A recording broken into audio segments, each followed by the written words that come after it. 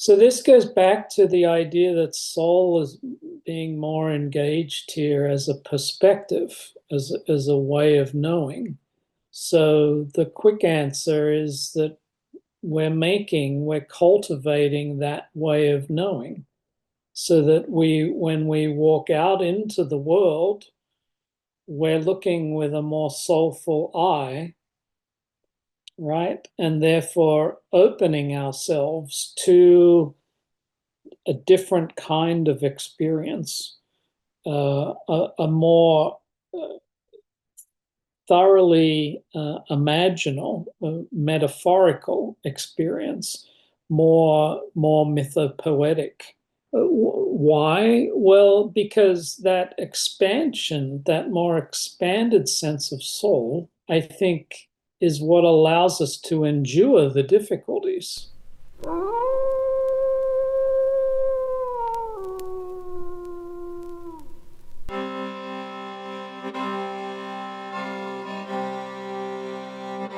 Glen Slater, thanks so much for coming back on the podcast. Hi, good to see you.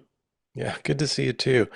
And thanks for agreeing to do this with me. What we intend to do here is offer a kind of overview of James Hillman's work in practice, so a kind of archetypal psychology 101, which feels like a bit of a Herculean task, maybe a bit heroic, but we'll see what we can get done. I think it's important because his ideas can be so kind of difficult to get into, and there's so much writing, and so much of it is challenging. So yeah, I thought this would be an important thing for us to take on. Good. It's a creative challenge. We'll see how we go. Yeah, well, I think you're the right guy to do it with. Let's start with some groundwork. So, for people who aren't familiar where Hillman comes from, let's talk a little bit about his start at the Jung Institute and some of his influences. Sure. So I think it helps people if we maybe just step back a little bit and just point out, Hillman grew up on the East Coast. His family were hoteliers in Atlantic City. So, and at that time, Atlantic City was like the Las Vegas of America. So he came into the world in that very colorful, exciting, charismatic atmosphere, and you can imagine the life of the hotel with people coming and going and so forth. When he finished Yeah, school, just to say, I don't know if people remember, but that series that was out maybe 10 years ago or so called Boardwalk Empire would probably yes, give you a good feeling for the milieu and the kind of colorful characters around at that time. Yeah? I think that's right. I think that's right. And if we want to look at Hellman's life backwards, we can see that his love of images and the imagination certainly got a boost early, boost from that. But he was finishing school, as the Second World War was taking hold, and he didn't fight in the war, but he worked with blind soldiers who'd been blinded, and so that was his introduction into a kind of therapeutic posture. But he had ambitions to be a novelist, and he had a love of literature.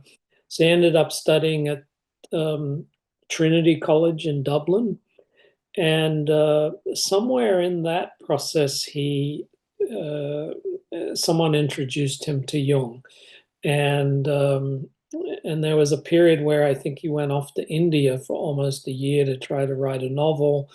But the Jungian interest took hold, and he ended up in Zurich in the late 1950s, mid to late 1950s, and he was there through to the early 70s.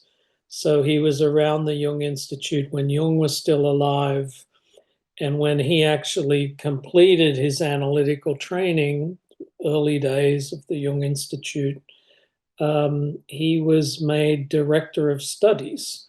And I recall him saying that he didn't have a lot of direct contact with Jung, but he remembers meeting with Jung to talk about the curriculum at the Jung Institute. Um, and so he is very immersed in that world. And I would say of these major Jungian figures knew Jung, knew his work better than almost anyone. And so when he does end up taking a new tack, which we'll talk about, it comes out of a place of deep familiarity with that world. Hmm. Yeah. So when was it that he started to diverge or move on from being a kind of a more strict Jungian? Is it like the early 70s, late 60s, around there? I think by the time he's articulating it, it's the early 70s. You start to get a little bit of a flavor of his different way of thinking in some of his earlier writings. Suicide and the Soul was from the 60s. He also had a book on religion and psychology called In Search. And then he's working on the Senex and Puer stuff, the archetype of the old and the new, towards the end of the 60s. And it's there where he's beginning to think, oh, we need to really look at this depth psychology from a different angle, and an angle that emphasizes more the play of images, which of course is there in Jung, but is much closer, I think, to Hillman's sensibility. And Hillman was feeling that some of the conceptual apparatus of Jungian psychology was a little too heavily imposed on the life of the psyche itself, on the way the psyche imagines, symbolizes, and so on. So yeah, he's primed in the early 70s, and the key paper there is the paper on psychology, polytheism or monotheism. Um, and that's where he really starts to sort of put a fork in the road and say, look, I want to stand with the polytheistic side of the psyche, the many archetypes versus the archetype of unity, which was tending to get a lot of attention by Jungians. And I think the other important paper that came very early on in the 70s is Peaks and Veils, where he's making this distinction between soul, which he sees as the proper um, topic of psychology, and spirit, which he sees as something a little different. But I know we'll go into that a little more. Yeah. Um, let's start just maybe by drawing out his distinction between, it's kind of a critical look at Jungianism that it became monotheistic. This central self became its main focus and his divergence into polytheism. Can you explain a little bit about why he thought that kind of traditional Jungian thought was a sort of monotheism? Mm. Yeah, so it's helpful, I think, right from the get-go to note that Hillman's whole approach to the psyche is a little different from the classical Jungian approach in the sense that he comes to emphasize the perspectives we take, the sensibilities that we have, more than the conceptual structures. So we could say that classical Jungian psychology is very structural in its way of thinking. So there are these concepts, and we're imagining the psyche as a sort of landscape with the complexes here and everyone's seen those diagrams of here's the conscious and here's the unconscious. And then we learn about the shadow and the anima and animus. And it's structural and it's conceptual and it's psychodynamic. These energies that flow between conscious and unconscious, a very 19th century sensibility. And and Hillman wanted to focus more on the way we're actually imagining into the psyche. So in this regard, he felt like the emphasis on unity that anchors Jung's thought in many ways, um, around his idea that there's a central archetype or a main archetype, an overarching pattern in the psyche that is moving us towards that state of wholeness or integration. Because of course, the unconscious doesn't just sit there in a static way. It wants to be included, and the role of consciousness in individuation is to try to integrate all the experiences. But Hillman felt like that could um, obfuscate the particularities of different archetypal dimensions of the psyche, which of course are there in Jung too, but he felt like that's the level we've got to stay at, to pay attention to whatever it is that's arising in its particularity, that there are many gods, that meaning there are many essential values to life. Um, and that if we're phenomenological about our lived experience, that's what we tend to be faced with. Well, this piece is coming up, or this complex is activated, or I'm obsessed with this particular thing. And, to sum it up, his philosophy was, let's go with that. Let's see what God is speaking, and let's let the big picture take care of itself. Hmm. Yeah. Yeah. So in thinking of monotheism, like a big project of classical Jungianism is the ego self axis, developing Yes. the axis to the self, and the self is becoming more conscious, more integrated, more whole. But Yeah. in that way, it's like a singular structure or entity. Whereas Hillman is about creating maybe an ego and multiplicity axis, like a connection to all these varied archetypal images in the psyche, and that not being a stage, not being something that we move beyond to eventually become more integrated into some singular type of self, but just to stay with that. And that's very interesting because that has something to do with his aversion to myths of progress. I think that's a hard thing for people to grasp. Like that's where we stay is in this polytheistic multiplicity. And he would talk about the psyche maybe being reimagined as a internalization of community. And I really like that. It feels Mm-hmm. good to me, but it does challenge this idea that, singularity, integration is something that we should be progressing to. And I think like one of the things that he pointed out was that Jung came out of the Christian Protestant tradition, and that his psychology and and people's reading of his psychology was very much a product of that uh, culture that they were operating within. Especially someone like Edinger, who I think created that iconic diagram of like Jung's map of the self with all of these Yes. parts and levels and all of that thing, right? Mm-hmm. But I think that's really interesting. Like it's not somewhere to get to. It's like get to more multiplicity, more diversity of the psyche is maybe where Hillman was coming from. Yeah.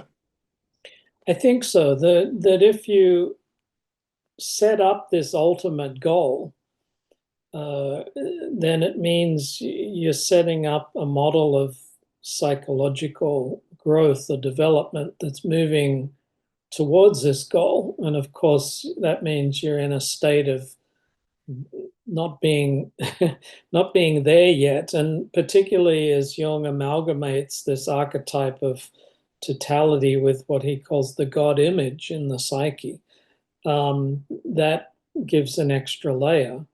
And the contrast would be the more pagan point of view, where the gods are with us all the time.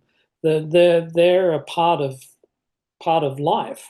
If we're able to recognize them, if we're able to have the right perspective, the right sensibility, or the fitting sensibility in order to perceive the activities of the gods, and that maybe there's a kind of psychology that allows us to then um, have those influxes, those small influxes of divine energy in all kinds of ways and in all kinds of areas of life. And then it doesn't all get kind of loaded up into this ultimate goal that then we're marching uh, towards. So I think that that's the upshot of it. And there are some Jungians who get hung up on this, thinking that Hillman's basically saying, well, there is no self, that there is no unifying dynamic in the psyche. And he's not saying that as much as he's saying, what is the most fruitful way to look at our experience? And to be able to look at what's going on as if there is, one of the gods or goddesses at work behind that piece of experience, and then we can sort of develop in that particular area until life presents us with something else. Hmm. Yeah, there's a resonance there with some kind of Buddhist practices too, like the idea of welcoming different emotions or different energies and befriending them rather than um, barring them at the door or somehow kicking them out or transforming them or something. And I quite like that. I mean, one thing that I point out to people who are maybe finding it hard to grasp this monotheistic versus polytheistic in terms of a psychology is, I point out that like uh, the Jesus Christ archetype, which Jung saw as a kind of an archetype of the self. Um, just think about the way Jesus is portrayed in the mythology about him. I mean, it's like they collapsed all of the archetypes into one person. So we've got Jesus, the kind of the warrior spirit who's going up against the desecration of the temple and things like that and kicking over tables. We've got Christ the lover, we've got Christ the magician, who is kind of a sorcerer and healing and performing miracles.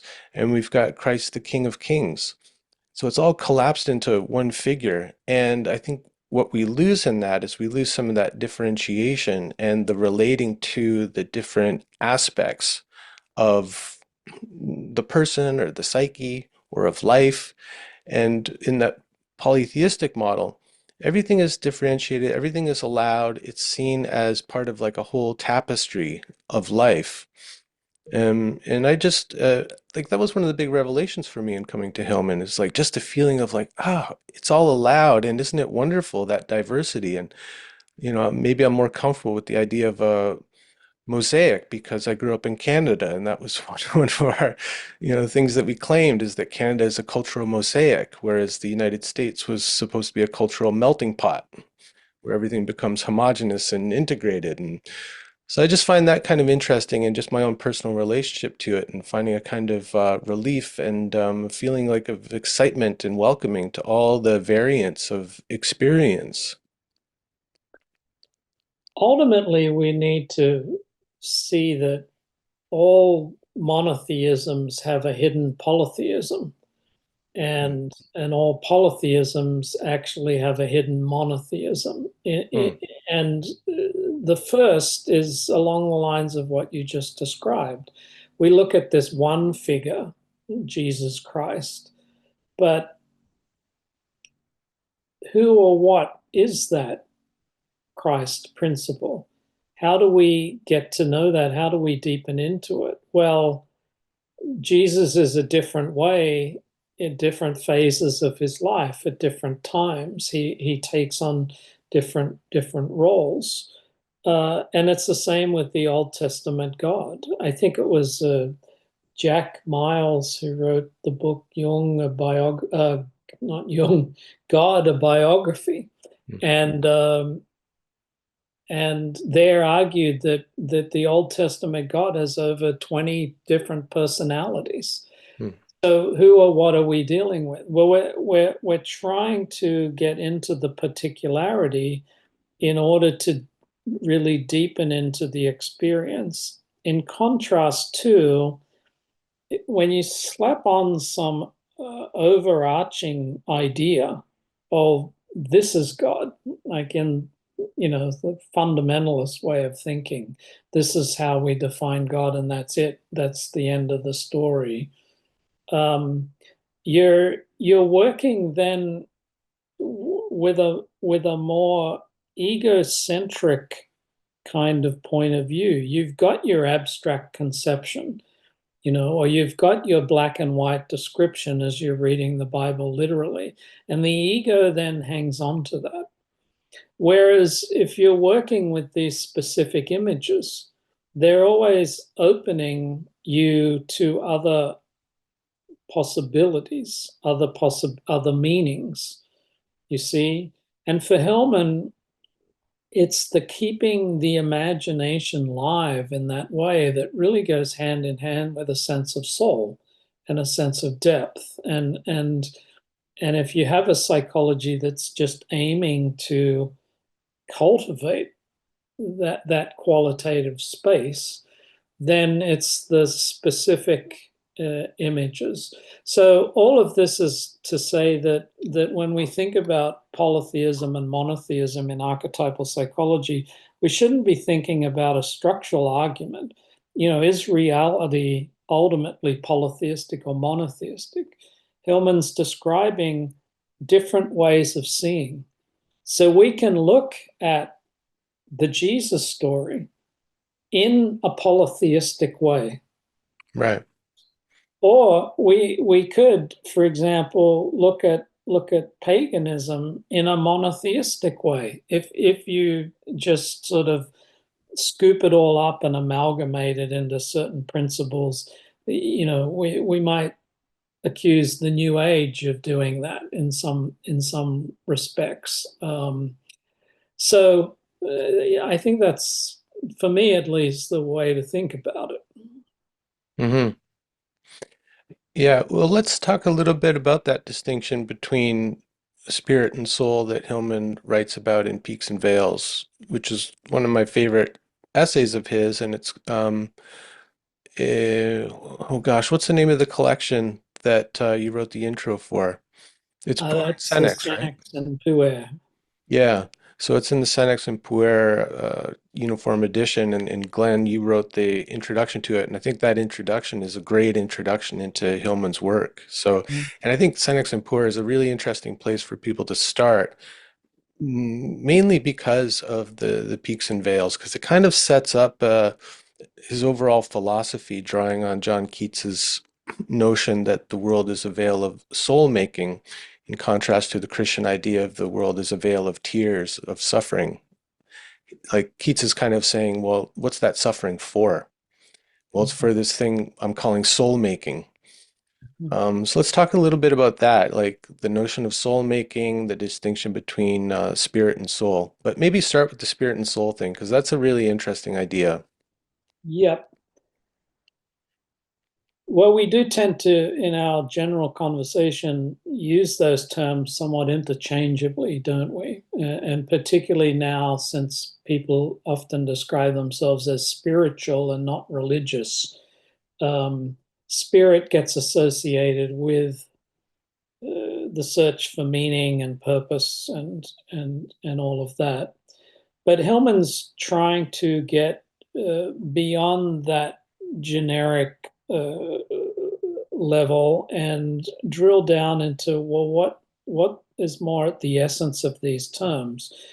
And um, in Peaks and Veils, he's showing the way in which spirit always tends to be related to moving up and out. Spiritual, very spiritual places are high up, where the air is kind of pure, and there's more of a association with rarefication and perfection, because of course you can't. If the closer you are to nature and earthiness and everyday life, the more away from that perfection Hmm. that you can get. And there's a wonderful passage from the Dalai Lama in that Hmm. Hillman quotes in that Peaks and Veils, where the Dalai Lama is precisely describing the difference between spirit and soul in terms of this movement up versus the movement down. So soul, by contrast, is related to complexity with the shadows, with a more sort of moonlit consciousness rather than that bright uh, sunlight that we associate with spiritual clarity and so forth. So to find the soul in this way of thinking, you're always going down and in. Um, you're moving from often from what is clear, what is conceptualized, what is abstract, to more subtle forms of knowing that have to do with intuition and with mystery, um, and with the things that are sort of on the margin or not in the mainstream. So this is important because if soul making is the goal of archetypal psychology, as Hillman has set out, then what you're doing is you're making room, right? You're trying in your way of approaching life to make room for this more uh, soulful, deeper, complex place. In you, in your relationship with the world, in your relationship with others. Now, at the end of that essay, he says, of course, what we're ultimately aiming for is the what he calls the Puer psyche marriage, or the marriage between spirit and soul. So it's not like these things are ultimately yanked apart. But he's saying we live in a culture where there's so much emphasis on the spirit, right? On this linear movement towards an abstract goal, or on this kind of getting up and out of our nature into this more rarefied sensibility. Um, and ultimately, we have to take those spiritual pursuits and find where they're really rooted in our complexes, in the imagination, in the archetypal ground of being. Hmm. Hmm. Yeah, and I love how he kind of, even the title of that essay, Peaks and Vales, so peaks and valleys. There's even a kind of yin-yang quality to that, like the mountain being this triangular thrust up in the air and the vale being a triangular thrust down into the earth. Um, and I think it's important to note that when he's talking about spirit and soul, he's not talking metaphysics. He always was very careful not to stray into metaphysical arguments about these things. He was saying that they're perspectives more than they are substances. And I think that's important to remember when we're talking about this, that it's not some metaphysical argument about distinction between spirit and soul as substances, but they're different ways of viewing life and ourselves. I think that's right, and we do tend to drift straight into the metaphysical when we start talking about spirit and spirituality, and what like with we think of realms and places and so forth. But he's pointing out that these are movements in life. These are psychological proclivities.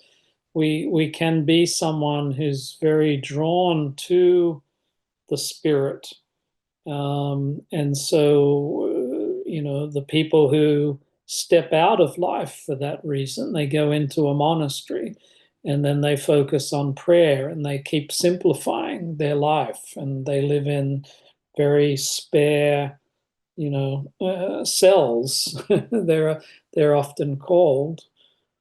But if you're in life, life tends to pull you in this downward direction through, as you say, your symptoms. Where do you suffer? So Hillman was very critical, for example, in of spiritual perspectives that attempt to have you particularly prematurely step out of your suffering, and transcend it, like get above it, so that you're not, in a way, contaminated there. But yeah. Hmm. Yeah, so in being in the muck is very much part of soul making. Mhm. I mean, an interesting idea that the soul has to be made. It's a hard one to grasp. Like, what are we making when we're making soul? Yes, Talk that's about great. that a little bit. So this goes back to the idea that soul is being more engaged here as a perspective, as a way of knowing. So the quick answer is that we're cultivating that way of knowing, so that when we walk out into the world, we're looking with a more soulful eye, right? And therefore opening ourselves to a different kind of experience, a more thoroughly imaginal, metaphorical experience, more mythopoetic, for example, more sort of tapped into the idea that the world is already alive with the play of the gods, and that there are little mysteries everywhere.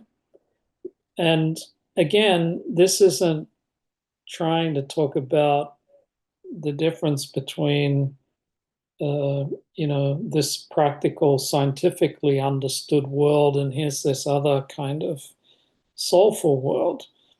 It's the same world. We're just trying to look at it and relate to it differently.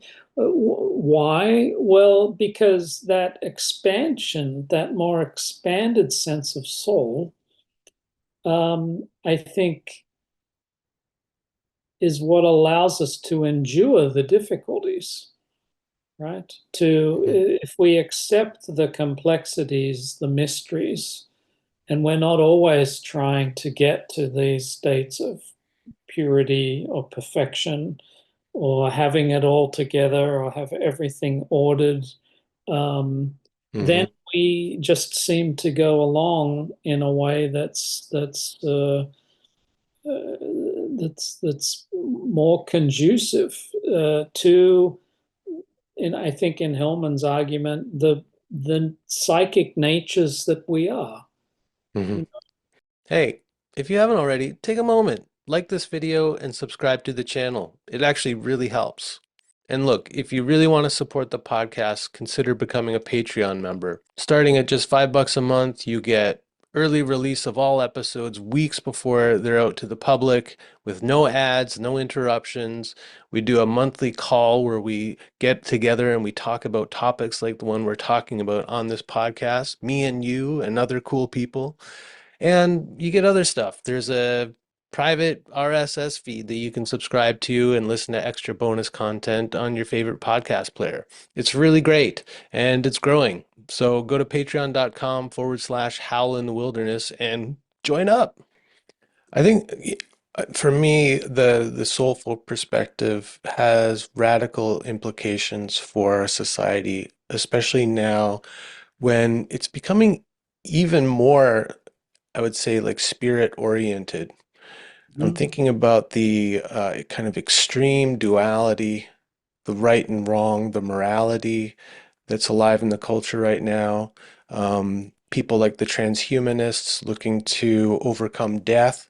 And, one of the things Hillman said is like, the soulful perspective brings a special significance because of the special relationship of the soul with death. And someone like Elon Musk, who's such a Puer figure, who's okay, well, this world's kind of messed up. The best thing we can do is to colonize Mars. I mean, that's such a spiritual Puer type of move. But what I think like the soulful perspective brings is an appreciation for diversity, because part of the soulful perspective is seeing through the surface presentation, being curious about what lies underneath, and appreciating everything in a kind of amoral way, like it all belongs. And if I'm curious about that, it brings like a richness to life, and yeah, like a tolerance of difference, less kind of othering and moral judgment and things like that. And so I think that has radical implications for our culture, especially now. I agree. The spirit goes hand in hand with idealism, and America's a very idealistic uh, kind of culture. It also goes hand in hand with the futurism and frontierism of the country, the constant movement, the movement towards a rarefied goal. We could say that the American dream is in this psychological way we're talking about, a spiritual principle, in that it has that abstract idea to it, and the idea of getting ahead and beyond where we are right now. Mm, So mm, that does create a sort of shadow problem in terms of this soul stuff. And we could just start with a relationship with the past, mhm, that looking back and looking within seem to go hand in hand. So a nation that's able to look back and to own its history, we could say, is engaged in soul searching, collective soul searching. And then that it's not that we need to give away, it's not that we need to do away with these strengths of the American psyche, this creative impulse, this innovative capacity. But when it becomes detached from the underground, from what lives in the history in the past, that's when the problem really occurs. So of course we're emphasizing this other stuff, the unconscious in traditional language, the world of the imagination, um, the whole culture making artistic apparatus, the literary folks, the people who are telling the stories. These are these are the people that are trying to kind of anchor those idealistic uh, outgrowths in something that's psychologically solid and more stable. Hmm. Yeah, and that's important to point out that Hillman stressed certain ideas so much because he felt they needed emphasis based on, um, what was emphasized in the culture. And so, yeah, he wasn't ever, I mean, he went to India and one of his first works was a commentary on Kundalini for Gopi Krishna. Like he was very interested, I think, in the spiritual. He was very interested in like big ideas and that kind of thing. And he was like a self-admitted puer. So, but he always said, like, I'm stressing the soul because it's been so left out. And so I need Mhm. to speak up for it. So he was like a real advocate for soul. And I think like when I heard Trump's inauguration speech and heard him talk about a golden age and heard him invoke the words manifest destiny, all the flags went up. I'm like, oh my God, this again, more of this. And when I hear someone like Bernie Sanders talk, I mean, Bernie's really speaking up for what's being left out, what's being left behind, what's being overlooked. And so to have those kind of counterbalances in the culture is really healthy. And Yeah, of and I course, think what in the you're just individual too, of course. yeah, and what you're describing, what you're helping us see is the way in which the spirit soul distinction flows out into styles of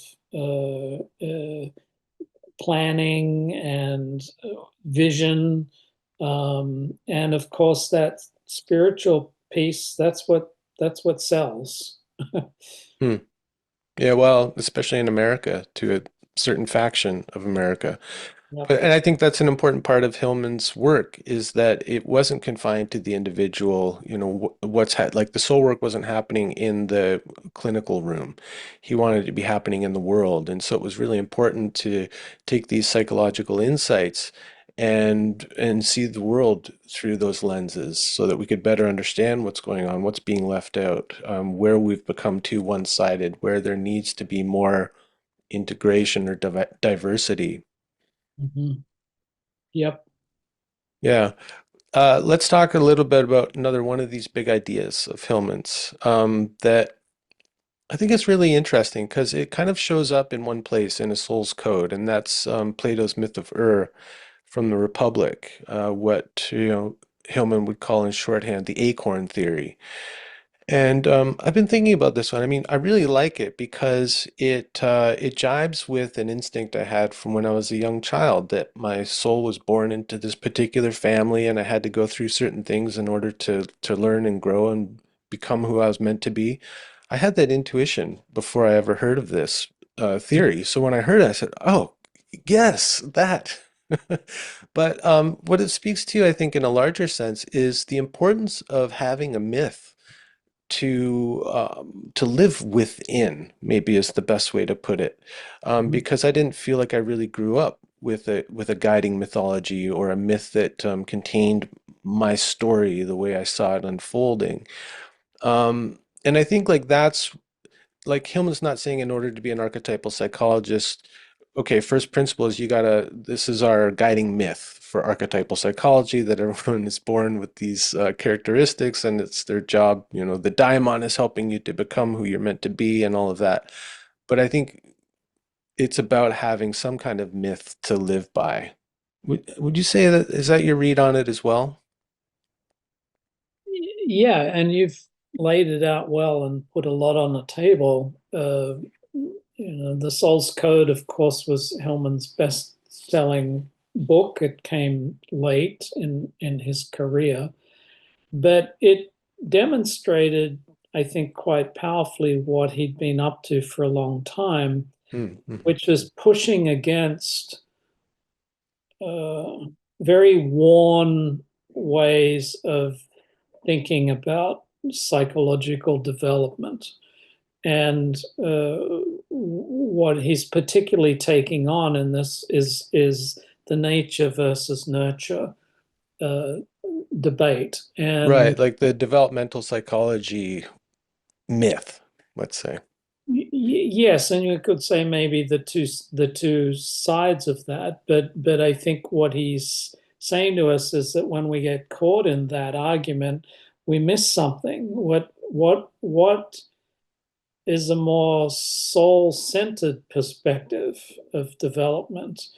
And so, as you said, even before you read the book, you had this intuition that this was a way of looking at your life. Well, there's a classic example of coming across something archetypal, that it's universal, it's Hmm. timeless, and that people just naturally fall into these ideas, so that then when you read someone writing about them extensively, you resonate. It's like, oh yes, I get that. I've been looking for that particular thing. And so here he's putting between nature and nurture the idea of the daemon, that we're all born with a kind of presence or figure, uh, who is invested in our destiny, right? That there is an unfolding that needs to happen. And of course, calling it a daemon rather than one of these abstract words is already taking us into the more mythic Yeah, mythic totally. way of seeing. Yeah. But the It's idea, not the high, it's not the higher self. no, it's not the higher self, and it's not abstract, because you have to get to know your daemon and where it shows up in your particular life, Yeah, like how it speaks to you. how it speaks. Like Uh, Socrates, it was like negation, like it was always saying, don't do this, don't do that, don't. And your daimon might speak in other ways as like urgings. yes, yes, and early fascinations, for Hmm. example, Right. and what you become passionate about. And so the daemon in Hillman's mind is related to our experience of calling and vocation, which uh, evokes something deeper than just, oh, what's our aptitude and what's the best line of work to go into because of the way the world's going and so forth. Well, the daemon might have other ideas about what it is that we're meant to do, or even if we have to work over here to make a living, we could still be making room for what the daemon is needing and wanting over here. So, Hmm. as you say, this then turns life into a more mythic drama. Um, it's not just you and your personal stuff in the world. There's a third thing here, which again we don't want to get metaphysical about, but this is just a part of experience that Hmm. we feel like our lives are oriented in a certain way, or there's things that we just simply need to do, and how that's irreducible. I Mm. mean, trying to talk about where that comes from or reduce it to neuropsychology or something, you're missing, then you're taking yourself out of the experience of it. You're falling into one of Hillman's big bugaboos is literalism. Yeah. Hmm. Yeah. One of the nice things about the daimon is because without saying so, it harkens back to something he wrote about in Revisioning Psychology as one of these like guiding principles of personifying. So it takes something like this inner voice that is urging me towards something, and I'm not sure why, and it personifies it as this, classical idea of the daimon, this tutelary spirit or guiding spirit that's with you from the get-go, and who knows what your destiny is constantly trying to guide you along that path to what Jung called individuation. But individuation to me just lacks a lot of juice. It doesn't really engage my imagination because it's one of those big abstract concepts that nobody really knows what it's supposed to mean other than, well, becoming myself. But the daimon comes with a story that Hmm. really kind of wakes me up and gets me interested. And it's kind of like returning a bit of like magic and fun and mystery to life. which is itself therapeutic in this day and age. Yeah, I mean, individuation can come with a story, but I think what you're pointing out is the way that these notions take us more directly into that storying way of thinking about our lives. Because as soon as you have this inner figure that's going to want and need things differently to perhaps what your conscious mind or what your family is thinking and so forth, then you've got this sort of divine drama going on in a way. Hmm. Um, yeah, so Can I just say one more thing about that? I think the other thing that it gives us is an alternate way of looking back on our life, which is uh, I think really helpful, especially when like developmental theories have really been the primary way we look at our childhood. That like what happened in my childhood in some way deformed me, and it's my job to repair that in order to become my true self.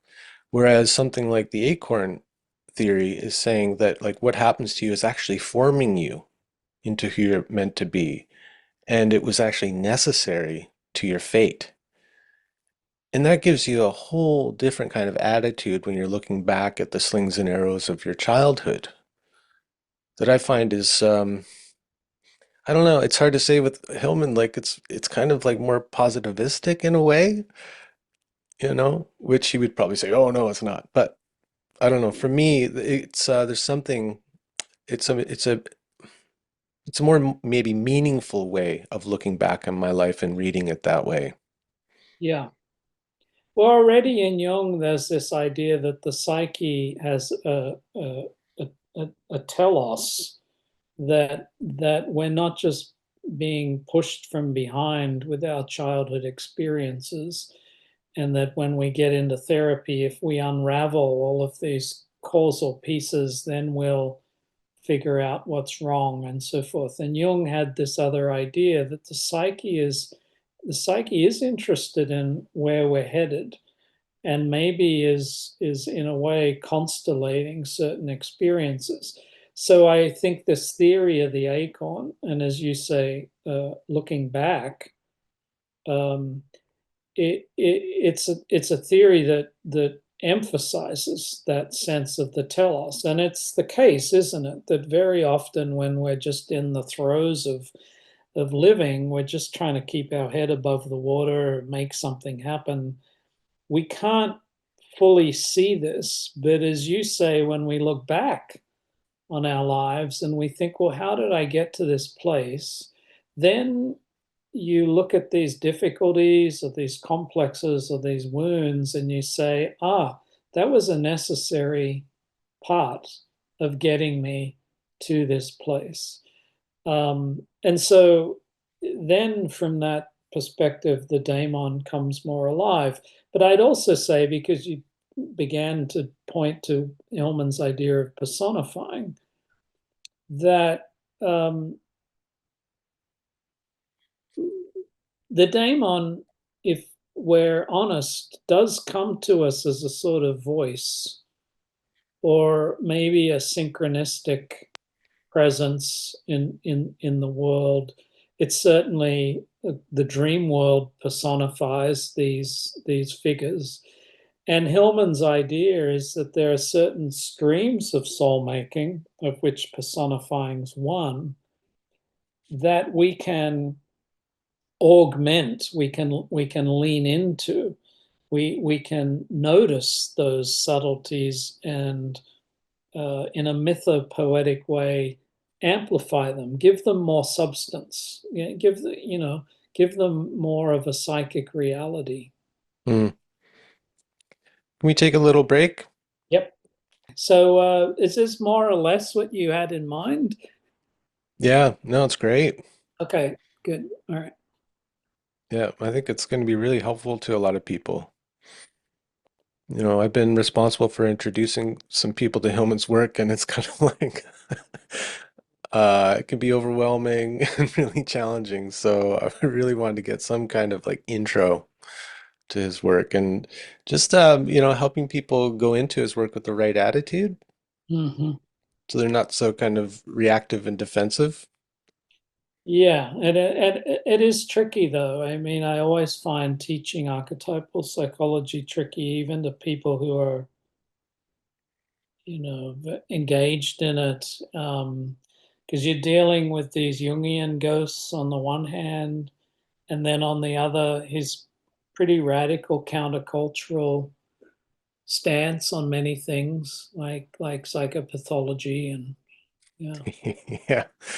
Well, I think like where we took our break there, that was a really nice place to segue into poetic basis of mind, which is so fundamental to Hillman's approach. Um, Pun intended, I guess, as you know, poetic basis of mind, foundational. Can you talk a little bit about that? Because I think it speaks to this kind of attitude that we want to enter into, not only like psychologizing, but also like getting into his work, even as lay people. What that means, the poetic basis of mind. I think it means staying closely to the metaphorical and to the language of images.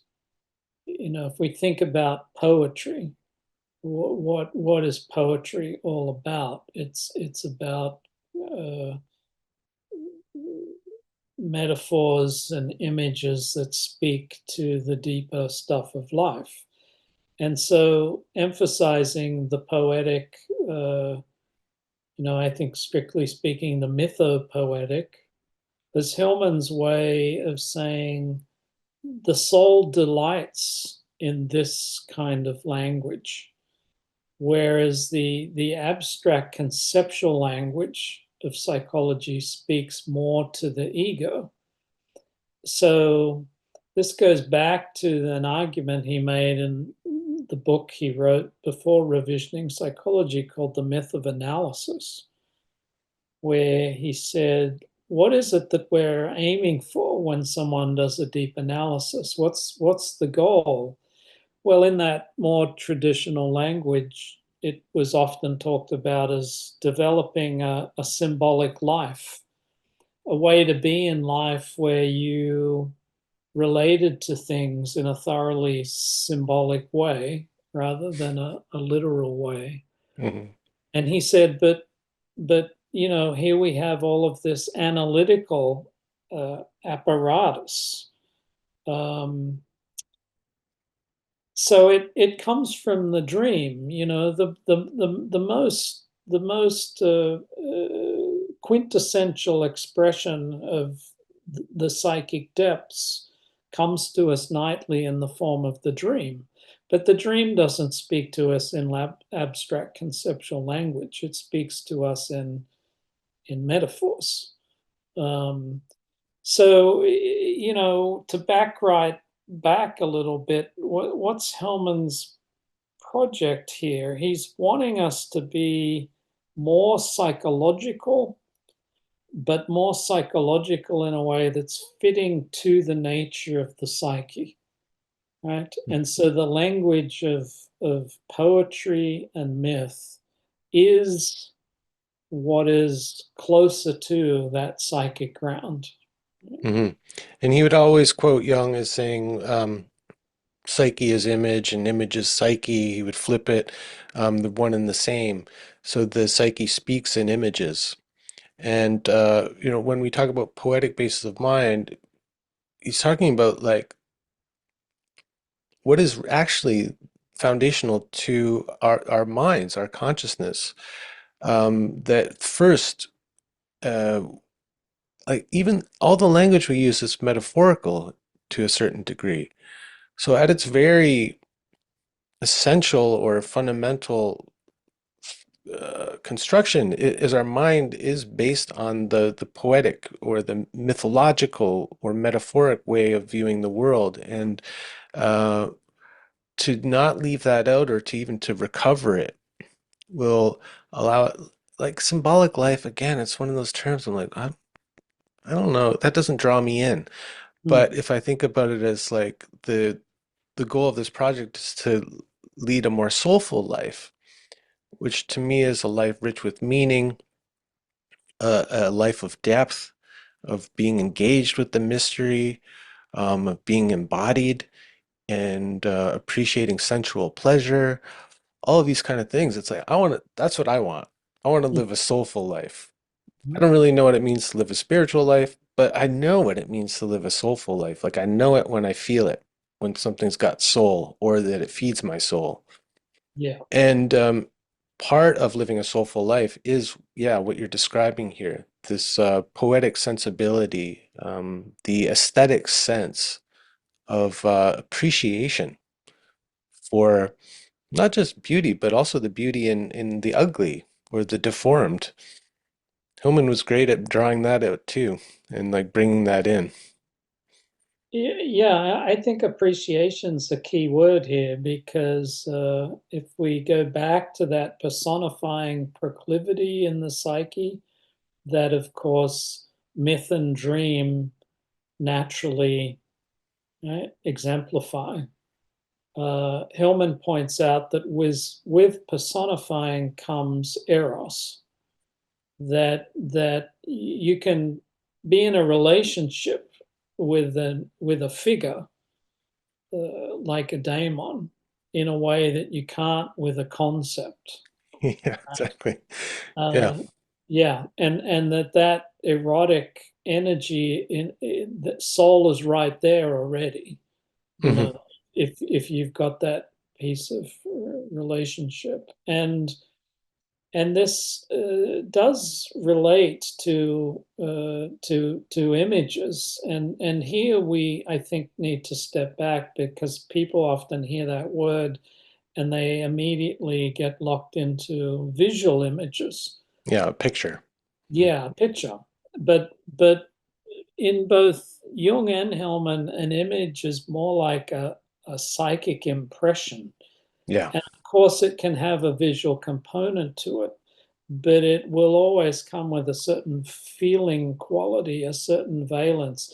So an image could be a smell, for example, or an image could be a metaphor is in its original sense a literary image. Can say, a word or a group of words create an image, right? In the mind. So I've tended to define the image as simply a piece of imagining that and that we're always uh, there's always fantasy images being generated, and sometimes they uh, pop out at us. Hmm. And and if we can cultivate that territory, as you say, it leads to a richer, deeper, more meaningful experience. Mm. Yeah, that's really helpful is to think of image as impression. And so I'm a musician. Just the other day, I was looking up the guitar solo from this old song, Midnight at the Oasis. Oh yeah, And I mean, even the title of that song brings with it an image, and but that image is created in my psyche. I don't know what the Midnight at the Oasis looked like for the person who wrote the song necessarily. And so there's that too. There's like the kind of the subjective experience of the image. And that's worth paying attention to. Like, how do I image the midnight at the Oasis? right. Well, whether it's subjective or objective, it's an experience. You know it straight away because something has hooked your imagination. So even right up to the end of Hillman's life, he was still thinking about where images come from. What makes this is the other thing people get hung up on with images because we live now in a world that seems inundated by imagery. The images are everywhere, particularly visual images. We go online, but what we're talking about here is not that kind of endless flow. We're talking about what, arrests your imagination. Even you going for a walk in your neighborhood and you see a tree you've not noticed before, and you just stop and you look at it, and as you say, you appreciate it, and your imagination is just a little stopped. And I think music's a great analogy. I often go to song lyrics to talk about the power of personifying and the power of image because they go together. And, think of Billy Joel's song Piano Man. There's an old man sitting next to me making love to his tonic and gin. Now, he could have just had the lyric, there's an old man sitting next to me drinking his tonic and gin, and we would skate right by that. But see, the making love, there's the personifying. There's Mm. something else going on here, and there's a whole little story there in that one line because of that descriptor. Um, so images kind of stop us and make us reflect and think, and then they give rise to more images, and a deepening process occurs. And I think this is one of the hardest things to understand with Hillman as well. What's he getting at? What's the goal here? And depth is itself the goal. Mhm. So the cultivation of the imagination is the therapy. It's giving you more bandwidth in order to be in life or to be with that particular problem. Yeah. And appreciation, yeah, it's a big word Hmm. because it means to ascribe value to something.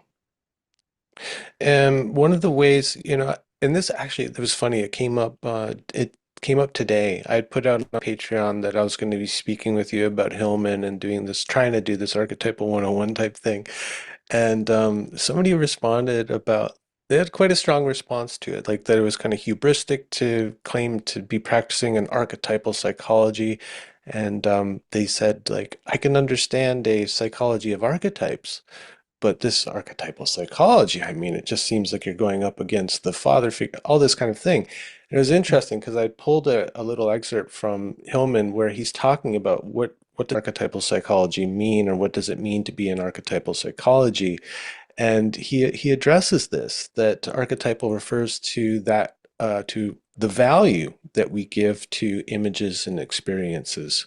I wonder if you could talk a little bit about that, because some people may be confused, because there's a lot of talk of archetypes, and it's often done in a very kind of systematic way. Our job is to get to know the archetypes within us and to integrate them into the whole. And there's parts of that that jibe with Hillman's ideas, but it's not quite Mhm. right. If you go back to Jung, that you'd see two ways into the nature of an archetype. One is a kind of by pedigree. You do comparative analysis in symbology or religion and so forth. And you say, oh, look at this motif that's come up in all these places. But the other way in has always been energetic. And as Jung famously said, if you're having a real archetypal experience, there's a numinosity to it, from the Latin numen for God. There's a little bit of a divine energy. And Hillman is saying, well, yes, archetypes have to do with energy, they have to do with value, but they need not always come with that huge hit of numinosity. They may simply be, as we're saying, we walk outside and something arrests us because it speaks to that sense of value, and we may not know what it is, but we may recognize it as there's a people have stopped and noticed flowers like this from time immemorial. Am I seeing some part of myself in this remarkable piece of nature, or is it taking me into some other piece of imagining? In other words, the psyche itself seems to follow these nodules of imagistic energy. Or you listen to a song and you can't get a lyric out of your head. And so by archetypal, rather than a psychology of archetypes, by archetypal psychology, Hillman's meaning trying to cultivate a perspective that leaves us more sensitive to the play of the gods, to that divine influx, which may happen, as we're saying, in more subtle ways. You know, the naming of whether or not something's an archetype is a very tricky thing. And someone asked Jung once, well, how many archetypes are there? And his answer was very telling. He said, there are many archetypes as there are typical experiences in life. Hmm. So that leads us into a whole conversation about, well, how typical is therefore going to be how archetypal? And I thus think of the archetypes as a sort of landscape, and you look out on the landscape, and certain features are very prominent. And that's why Jung can come along and say, well, you have the archetype of the shadow, that's a big one. And you have the archetype of the anima and the animus. These things come up again and again, or you've got the God image. But you know, that doesn't exhaust the repertoire. Neither does the world of the Greek gods. Um, there are all kinds of pieces of the archetypes, and even when you look into the stories of the gods, well, what makes a god a god? Not the figure in and of itself, but the whole range of experiences around that figure Hmm. that add up to a certain sort of archetypal constellation. So I think it's just worth people thinking about the difference between the naming of archetypes, which can then turn them into concepts rather than living images, Hmm. and following pieces of psychic energy as they turn up in life. Yeah. Archetypal versus archetype as a thing. Yeah. Um, I found this great quote from Hillman that I think is helpful. He says, rather than pointing at something, archetypal points to something, and this is value. So, what we were talking about, what we value, what we appreciate. By attaching archetypal to an image, the word archetypal to an image as a descriptor, we ennoble or empower the image with the widest, richest, and deepest possible significance. So, like what you're saying, what stands out for us? What's significant? Archetypal, as we use it, is a word of importance, a word that values. Yeah. So it's very different than a psychology of archetypes. It is. Here's a way to think about it, which you know, maybe another time we'll go more deeply into what he calls pathologizing in revisioning psychology. But in that chapter, he quotes Jung's famous discussion about the gods returning as symptom, right? Mhm. The idea that the archetypal patterns, which have become largely unknown to us because we don't have this polytheistic imagination, or we don't live in the religious world that's populated by the saints and the angels. So the archetypal powers go unconscious, but then they come back in our obsessions and our compulsions in order to rediscover these essential values. But what if we invert that idea and we say that within our symptoms, there are gods? How then do you look at the symptom differently? Mhm. See, if you're already looking at the symptom as if there's a little piece of divinity, there's a hidden purpose. That's looking with an archetypal perspective, and immediately reimagining your relationship with that. Yeah. So if that's striking people as what the hell is he talking about? Spring Publications just put out a new uniform edition of Hillman's on depression. It's volume 11, and it's fantastic. So one of the things he says is what we call depression as a diagnosis is melancholy without the gods. And so he goes into a whole exploration of what it might look like if we revision our ideas about depression and kind of return the gods to it. How that changes things. He goes into a whole thing about that that'll give you a really good feeling for what Glenn's talking about. Well, we've come to the end of our time, and I knew this would be a heroic task to try and get it all done in one session. But I think we've laid some really good groundwork. And Mhm. I'd love for you to come back and talk about some of these ideas in practice, in praxis, Mhm. and get into some of the kind of the big ideas of revisioning psychology and things like following the symptom and seeing through and all of that stuff. Would you be able to do that? And we'll do another hour or so on practice. Yeah, I think we've got at least another hour, and I think you're pointing to depression and melancholy is a good, very good uh, segue, because it seems as though we restrict the imagination when it comes to psychological symptoms, and we reduce them to a neurochemical thing or a medical label. But I think what Hellman's often doing in his work with symptom is showing you'd go down through the layers of history, and there's a whole imaginal world, and that world of melancholia was full of images and processes, and invited people to treat their depression in very imaginative ways. And somehow we've lost that. Yeah, I mean, Melancholia um, gave birth to a whole like genre of art, which is kind of Right. amazing. You don't think about, Yes. well, I guess maybe there's some kind of, music that is just depressing. That's not quite the same thing. Doesn't enliven the soul. Right. So, Right. Right. Right. Yeah. So well, great good. stuff, Glenn. I knew you were the right guy for this job. Thank you. Great. Great. Enjoyed the conversation.